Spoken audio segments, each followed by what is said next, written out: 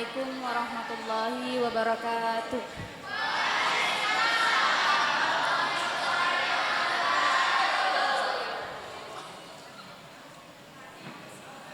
Bismillahirrahmanirrahim.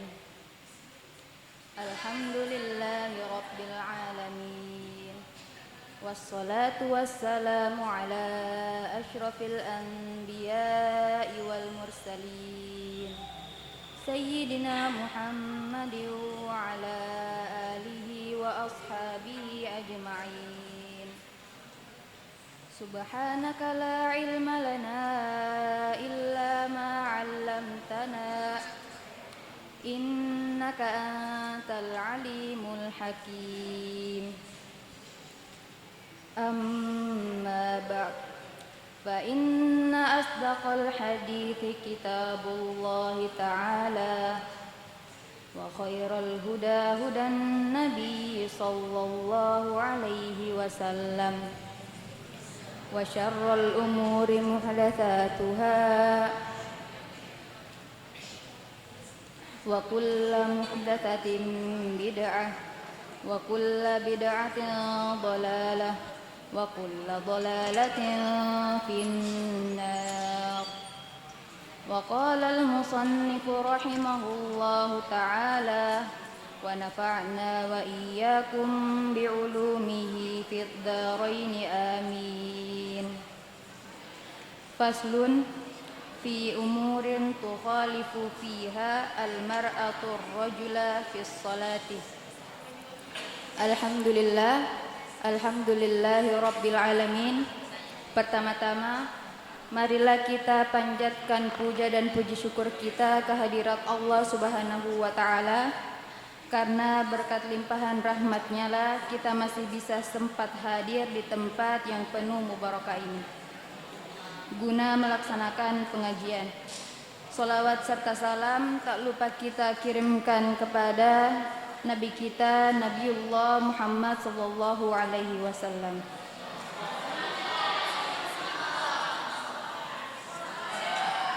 Sebelum memulai pengajian ini, alangkah baiknya pertama-tama marilah kita kirimkan bacaan surah Al-Fatihah kita kepada pengarang kitab, yaitu kitab Fathul Qarib, yakni Syekh Ibnu Qasim Al-Ghazi. Bi barakatil Fatihah.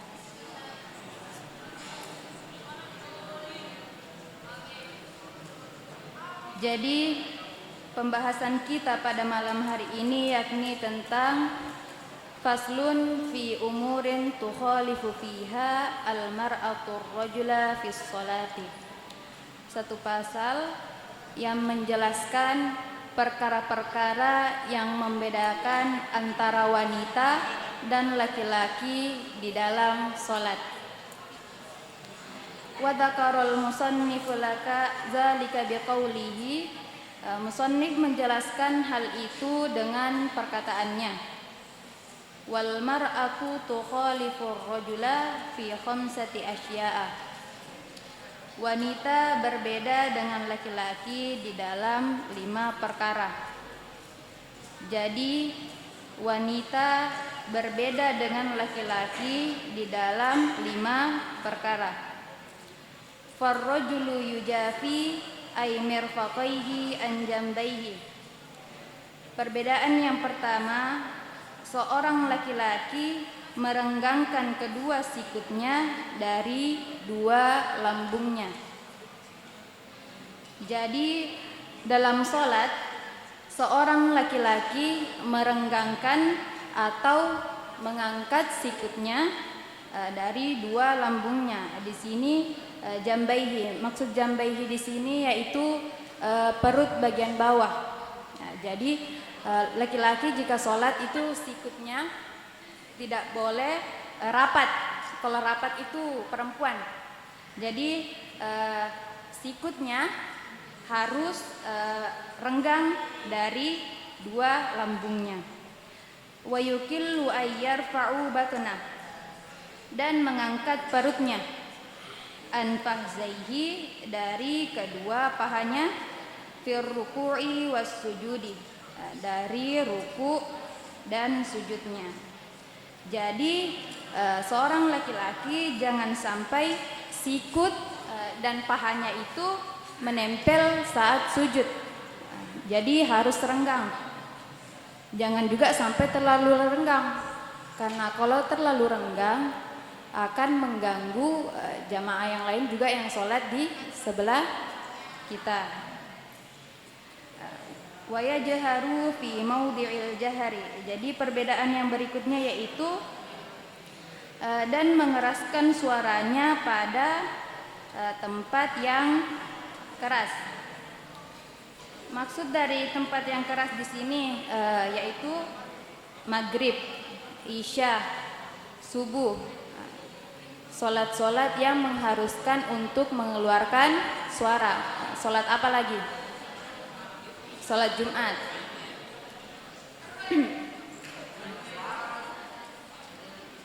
Jadi mengeraskan suara pada tempat yang diperintahkan untuk mengeraskannya.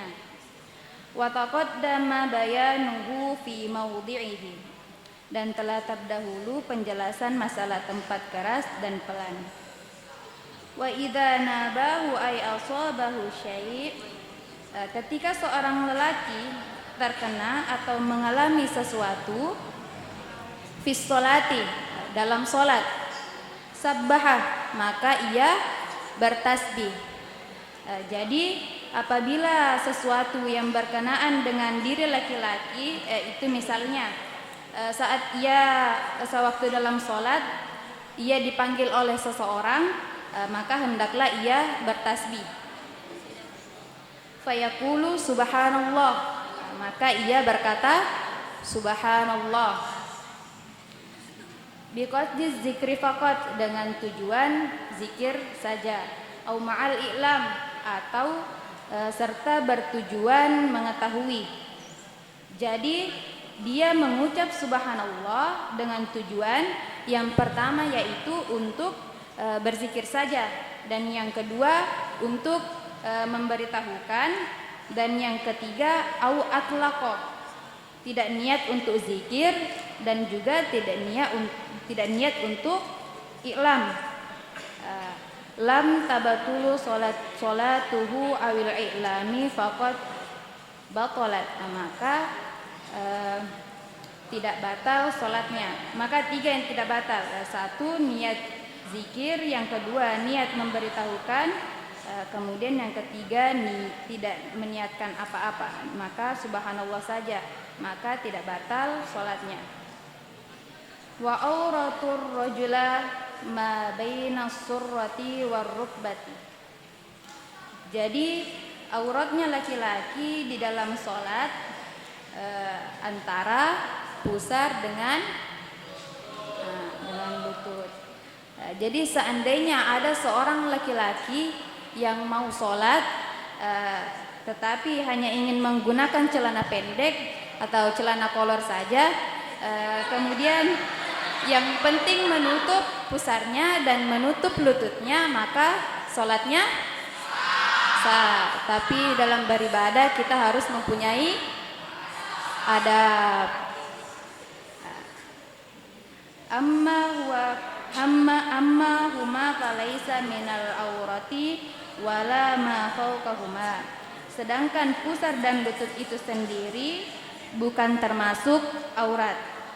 Begitu juga anggota di atas keduanya. Jadi aurat laki-laki antara pusar sampai lututnya. Adapun pusar dan lututnya itu bukan termasuk aurat. Dan anggota badan yang berada di atas pusar dan di bawah lutut juga bukan aurat. Wal mar'atu tukhalifur rajula fil khamsil mazkurati. Seorang wanita berbeda dengan laki-laki di dalam 5 perkara yang telah dijelaskan tadi. Fa innaha tadummu ba'daha ila ba'din. Maka sesungguhnya seorang wanita menempelkan sebagian badannya dengan sebagian badan yang lain.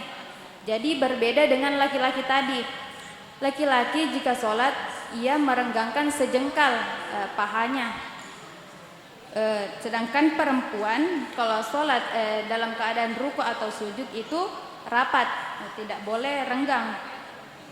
Jadi fatulsiku batnaha bi fahzaiha fi ruku'iha wa sujudiha, maka ia tempelkan perutnya dengan dua pahanya fi ruku'iha wa sujudiha, pada rukunya dan sujudnya.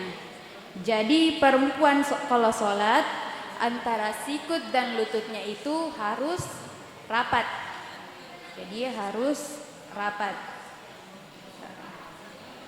Wa tahfadu sautaha in sholat, dan ia memelankan suaranya saat sholat bihodratir rijali ajanibi, saat dekat lelaki lain yang bukan mahramnya, yang bukan suaminya.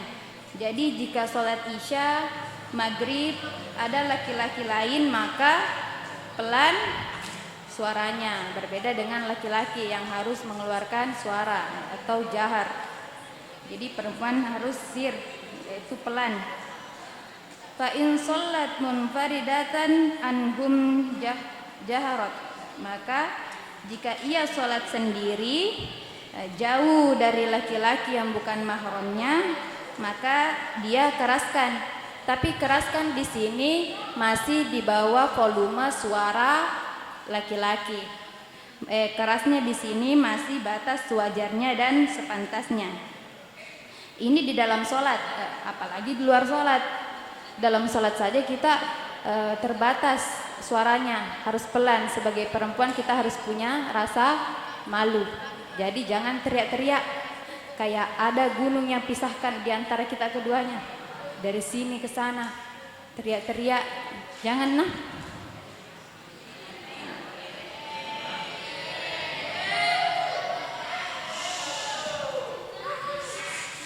Fa'idha nabaha syai'un, jika terjadi sesuatu dalam sholat, fi sholati saffaqat, dianjurkan untuk bertepuk tangan.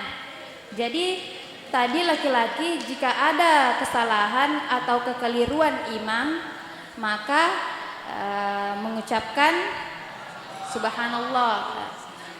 Kalau perempuan, jika imam melakukan kekeliruan atau kesalahan, maka ditunjukkan dengan cara bertepuk tangan. Bertepuk tangannya di sini dibedakan sedikit dengan tepuk tangan pada kebiasaan. Biasanya kalau tepuk tangan toh begini, tepuk tangan hore. Di sini bidorbil yumna ala zahril yusra, dengan memukul punggung telapak tangan kanan ke punggung telapak tangan kiri. Jadi begini. Jangan begini-begini juga. Begini aja. Jadi itulah kenapa berbeda sholat jamaahnya laki-laki dengan perempuan. Sholat berjamaahnya perempuan itu jarak imam dan makmum cuma batasnya sejengkal. Karena apabila ada kesalahan pada imam, maka dapat didengar. Jika ditepuk begini dapat didengar oleh imam.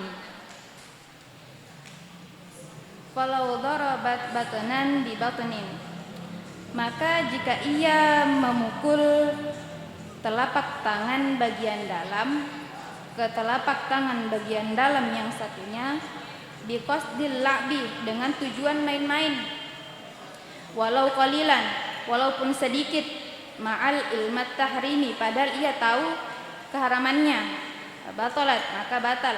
Jadi jika ia memukul punggung tangannya begini tapi dengan tujuan untuk main-main, maka sholatnya batal.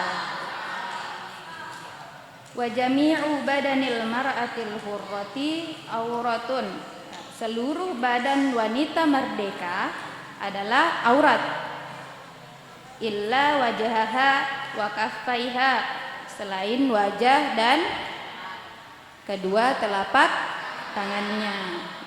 Jadi dalam sholat seluruh badan wanita merdeka itu adalah aurat kecuali wajah dan kedua telapak tangannya.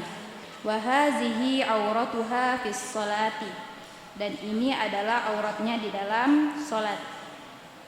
Amma kharijas sholati fa auratuha jami'u badaniha. Adapun di luar salat auratnya adalah seluruh badan. Tapi di dalam mazhab Imam Syafi'i ini terdapat dua pendapat. Yang pertama, aurat di luar sholat itu yaitu seluruh badan. Dan pendapat yang kedua, aurat seluruh badan tapi selain wajah dan kedua telapak tangan.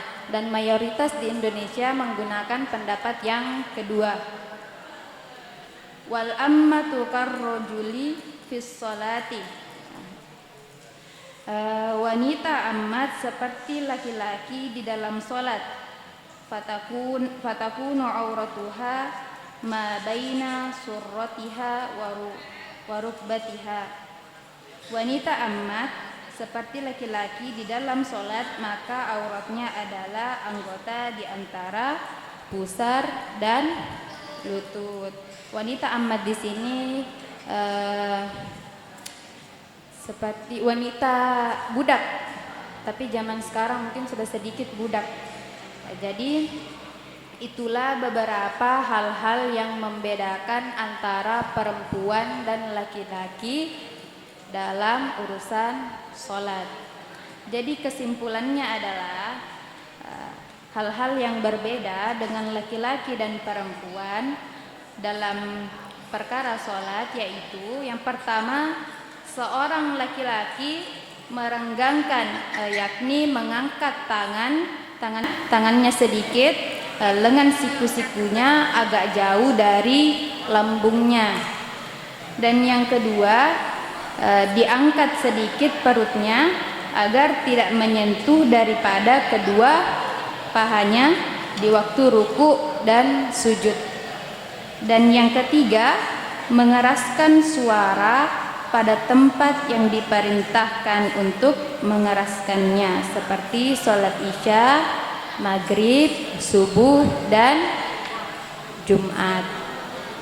Dan yang keempat, apabila terdapat sesuatu yang berkenaan dengan diri laki-laki itu sewaktu dalam sholat, maka hendaklah ia bertasbih dengan membaca subhanallah. Dan jika perempuan maka dianjurkan untuk bertepuk tangan dengan maksud berzikir saja, atau disertai niat memberitahu, atau hanya mengucapkan tanpa berniat apa-apa, maka sholatnya tidak batal. Dan yang terakhir yaitu aurat laki-laki antara pusar sampai lututnya. Adapun pusar dan lututnya itu bukan termasuk aurat, dan anggota badan yang berada di atas pusar itu di bawah lutut itu juga termasuk bukan aurat. Tumakol faslun fi adadi mubatilatis sholati. Allahu a'lam bishawab. Alhamdulillahi rabbil alamin, hamdan yuwafi ni'mahu wa yukafi mazidah. Ya Rabbana lakal hamdu kama yanbaghi li jalalil wajhikal karimi wa 'azimi sultanik. Allahumma salli ala sayyidina Muhammad wa ala ali sayyidina Muhammad. Rabbana atina fid dunya hasanah wa fil akhirati hasanah wa qina adzaban nar. Wa sallallahu alaihi walhamdulillahi rabbil alamin. Al-Fatihah.